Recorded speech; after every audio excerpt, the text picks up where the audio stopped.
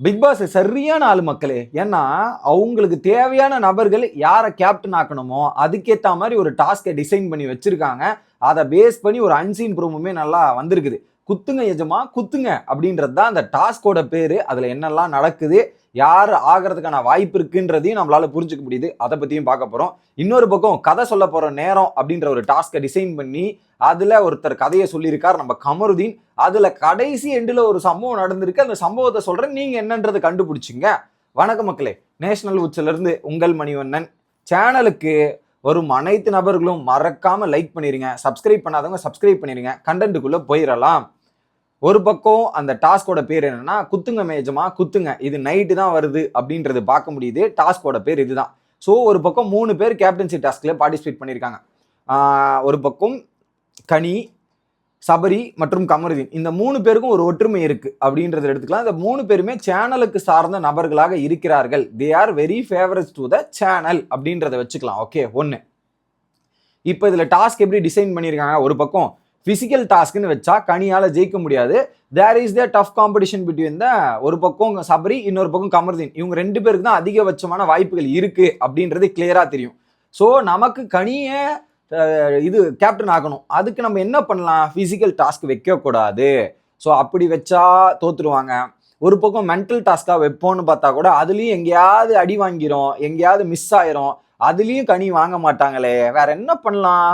சரி, கனிக்கு இருக்கிற சப்போர்ட்டை பார்த்துருக்கோம், அதை நோட் பண்ணி வைப்போம் அப்படின்ற மாதிரி பிளான் பண்ணி கனிக்கு இருக்கிற சப்போர்ட் வீட்டுக்குள்ள ஒரு பெரிய கேங்கை உருவாக்கி வச்சிருக்காங்க. பெரிய கூட்டணியுமே.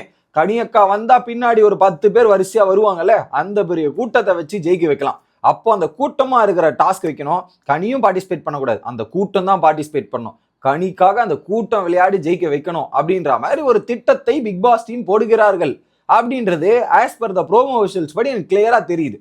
ஸோ என்ன பண்றாங்க? டாஸ்க் என்னன்னா, ஒரு பக்கம் கனி, இன்னொரு பக்கம் கமருதீன் மற்றும் சபரி, இவங்க 3 பேரோட போட்டோ வச்சு ஒரு சிலை, ஐ மீன் வந்து ஒரு இடுப்பு வரையும் வச்சுக்கோங்க, இடுப்பு வச்சு ஒரு சிலை, இடுப்பு வரையும் ஒரு சிலை மாதிரி வச்சிருக்காங்க பிளாஸ்டிக்ல.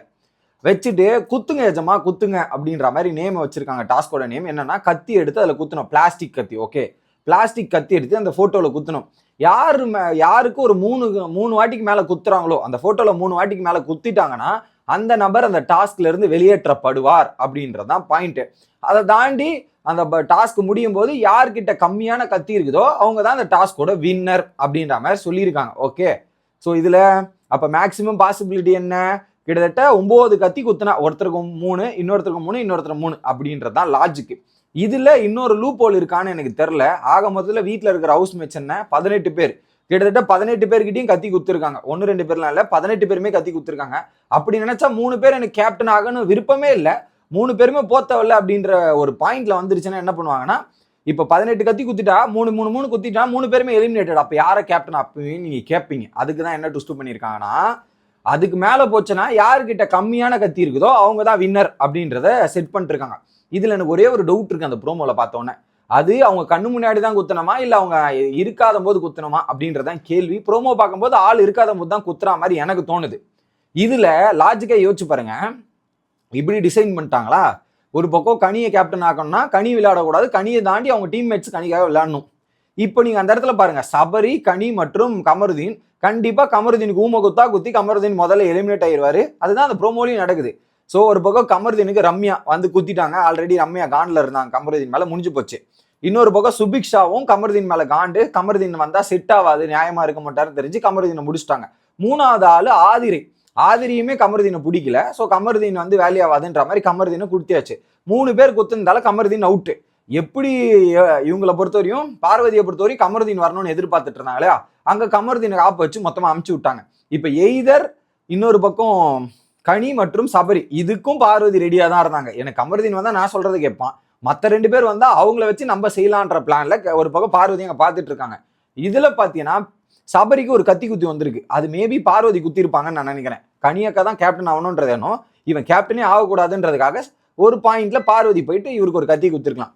இன்னொரு கத்தி எடுத்துன்னு வந்து டைரக்டா வந்து பாத்தீங்கன்னா சபரி குத்துறாரு. ஷாக் ஆயிட்டேன். சபரி எடுத்துன்னு வந்து கனிக்கு குத்துறத பார்த்தா ஷாக்கிங்கா இருக்கு.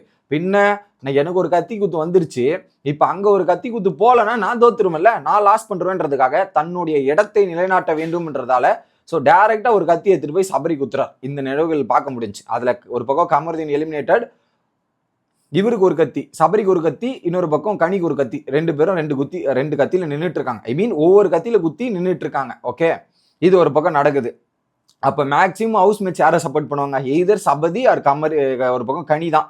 அதுல எனக்கு தெரிஞ்சு கனி தான் விளையாடுறதுக்கான ஜெயிக்கிறதுக்கான வாய்ப்பு இருக்கு, ஜெயிக்கவும் போறாங்கன்ற மாதிரி தான் எனக்கு தோணுது. சபரிக்கும் ஒண்ணு, கனிக்கும் ஒண்ணு. கனி எப்படியா ஜெயிக்க வச்சிருக்கிறதுக்கு தான் அந்த டாஸ்கை டிசைட் பண்ணியிருக்காங்க. அதுக்கேற்ற மாதிரி எல்லாமே நடந்து கொண்டு இருக்கிறது. ஸோ உங்களுக்கு தெரியும் அது இப்படி பிக் பாஸ் பண்ணுவாருன்னு நீங்க கேட்டீங்கன்னா, வாரத்துல இருந்து டில்னோ கனியை பல இடங்களை காப்பாற்றுறதுக்கான முயற்சிகள்லாம் நடந்துட்டு இருக்கு. இந்த வாரம் காப்பாற்ற முடியாத சுச்சுவேஷன்லால நிறைய விஷயங்கள் அவங்க போட வேண்டிய கட்டாயத்தில் போட்டாங்க. ஆனா கேப்டன்சி டாஸ்க்ல வச்சு ஒரு காப்பாற்ற முயற்சி பண்றீங்க பாத்தீங்களா, அங்க நிக்கிறீங்க சார். நீங்க எங்க அங்க நிக்கிறீங்க நீங்க. இதுதான் அன்சீனோட ப்ரோமோ. அதுல என்னென்ன ஸ்ட்ராட்டஜின்றதை பாத்துங்க. ஓகே, அடுத்து கமருதீனோட கதை சொல்ல போற நேரம். கிட்டத்தட்ட ஒரு 3 பேர் பார்ட்டிசிபேட் பண்ணாங்க. பார்வதி, அப்சரா மற்றும் கமருதீன், இந்த 3 பேரு. அதுல வந்து பார்வதி விட்டு கொடுத்துட்டு கமருதீனும் அப்சராவும் டாஸ்க சொல்லலான்னு முடிவு எடுத்துட்டாங்க. ஓகே, அதுல அவர் சொல்றாருங்க, கிட்டத்தட்ட சின்ன வயசுல இருந்து பல ஸ்ட்ரகிளை ஃபேஸ் பண்ணியிருக்காராம். அப்பா இல்லாம இவ்வளவு தூரம் வந்திருக்கும். எங்க அப்பா 67 வயசு இருக்கும்போது அவங்க அம்மாவை கல்யாணம் பண்ணியிருக்காரு. அவங்க அப்பா செகண்ட் மேரேஜ். கிட்டத்தட்ட அவங்க அம்மாவுக்கு 30 மேல இருந்திருக்கு, அவங்க அப்பாவுக்கு 67, டபுள் த டைம்ஸ் ஏஜ் இருந்திருக்கு. அதை கல்யாணம் பண்ணி அதுக்கப்புறம் நிறைய டார்ச்சர், கொடுமை இதெல்லாம் வந்து அவர் சின்ன வயசுலயே பார்த்துருக்காரு. அதெல்லாம் கொஞ்சம் கஷ்டம்தான். ஏன்னா அந்த மாதிரி விஷயம் நானும் பார்த்துருக்கேன். அந்த மாதிரி இருக்கிறதெல்லாம் பார்த்துன்னு வச்சுங்களேன், அது ஒரு மாதிரி ஒரு ஃபீல் கொடுக்கும். அந்த ஒரு ஃபீலை பொறுத்து நம்ம மேல கான்ஃபிடென்ட் இல்லாம நான் நிறைய ஃபெயில் ஆகி என்னை எல்லாரும் புள்ளி பண்ணி இந்த மாதிரி நிறைய விஷயங்கள் சொல்றாரு. என்னன்னா அவர் கதை சொல்லும் போது அது ஒரு கோரியா சொல்லியிருக்கலாம். அங்க கேப் விட்டு வரும்போது ஒரு கனெக்டிவிட்டி ஆன மாதிரி எனக்கு ஃபீல் ஆகல. அது பர்சனலா எனக்கு கனெக்ட் ஆகலன்னு வச்சுங்களேன். ஐ மீன் ஒரு சில விஷயங்கள் ரிலேட் பண்ண முடிஞ்சது அந்த கதையில. என்னால எனக்கு அந்த மாதிரி இருக்கிறதால கனெக்ட் பண்ண முடிச்சு. அதுவும் ஆவடி, நான் காலேஜ் படிச்சது ஆவடியில தான் படிச்சாராம், பாலிடெக்னிக்கு. அதுக்கப்புறம் ஆவடி படிச்சுட்டு இன்ஜினியரிங் போயிட்டு அங்க போயிட்டு பாத்தீங்கன்னா அவங்க ஃப்ரெண்டா அவங்க மச்சாங்கிட்டயோ அடி வாங்கி சில விஷயங்கள்லாம் நடந்து, அதுக்கப்புறம் பாத்தீங்கன்னா ஆக்டிங்காக வந்து பார்த்தீங்கன்னா லேப்டாப்லாம் விற்று 2 ரூபா பிஸ்கெட்டை சாப்பிட்டு, விநாயகர் சதுர்த்திக்கு போடுற சாப்பாடை சாப்பிட்டு, இதெல்லாம் சாப்பிட்டு வந்தேன். அதில் வந்து என் ஃப்ரெண்டை கூட்டு போய் புரோக்கன் பிரிட்ஜில் போகும்போது என் ஃப்ரெண்டு அந்த பிரிட்ஜிலேருந்து தவறி விழுந்து இறந்துட்டான். அந்த இறந்த சுச்சுவேஷன் என்னால் வெளியே வர முடியல. நானும் அவன் உயிரை காப்பாற்ற போராடணும். அதுக்கப்புறம் அந்த கேஸ் என் மேலே திரும்பி பல பிரச்சனைகள் ஆச்சு. அது வேண்டாம் அப்படின்றது போலீஸ்லாம் இவன் நல்லவன் தான் அப்படின்னு சொல்லி வீட்டுக்கு அமைச்சிட்டு வந்து ஒரு ஆக்டிங் கிளாஸில் சேர்ந்து பல விஷயங்கள்லாம் பண்ணோம். அதுக்கப்புறம் விஜய் டிவியில் ஒரு ஆப்பர்ச்சுனிட்டி கிடைச்சது, இதெல்லாம் பண்ணோம். ஆனால் அங்கே அது வரையும் ஓகே. அதில் ஒரு டைலாக் சொன்னார். அந்த என்ன சொன்னார், ஒரு 2வது 3வது பசங்க படிக்கிற பசங்க கூடலாம் சேர்ந்து படித்து ஒரு பக்கம் அரியரை கிளியர் பண்ணினார். எனக்கு தூக்கி வாரி போட்டுச்சு அந்த ஒரு டைலாக்கு. அடுத்தது ஹைலைட் செக்மெண்ட் இங்கே தான். தலைவர் என்ன பண்ணியிருக்காருன்னா ஒரு லவ் பண்ணியிருக்காரு. அதுவும் யாருன்னு பார்த்தீங்கன்னா அந்த சீரியலில் நடித்த ஒரு ஹீரோயினை லவ் பண்ணியிருக்காரு. சீரியலில் அது யாருன்னு தெரியல, நீங்களே கண்டுபிடிச்சிங்க. சீரியலில் நடித்த ஹீரோயினை லவ் பண்ணியிருக்காரு. கடைசியில் அந்த பொண்ணுக்கும் இவருக்கும் வேவ் லென்த் செட் ஆகலாத கட் ஆயிடுச்சு. இப்போ அந்த பொண்ணு இந்த வீடியோவை இந்த பொண்ணு பார்த்துட்டு இருப்பா அப்படின்றத சொல்லிட்டு சொல்றாரு. இப்படி சொல்லும் போதே பார்த்தீங்கன்னா ஆதிரியோட ரியாக்ஷன் மாறுது. அப்படியே ஆதிரி ரியாக்ஷன் வேணாம் இப்படிலாம் சொல்லாதன்ற மாதிரி ஆதிரியோட ரியாக்ஷன் சொல்றாங்க. எதுக்கு ஆதிரி எப்படி ரியாக்ஷன் பண்றாங்கன்னு நமக்கு ஒரு டவுட் வருது. அவரும் எல்லாத்தையும் பார்த்துட்டு இதெல்லாம் சொல்லிட்டு போறாரு.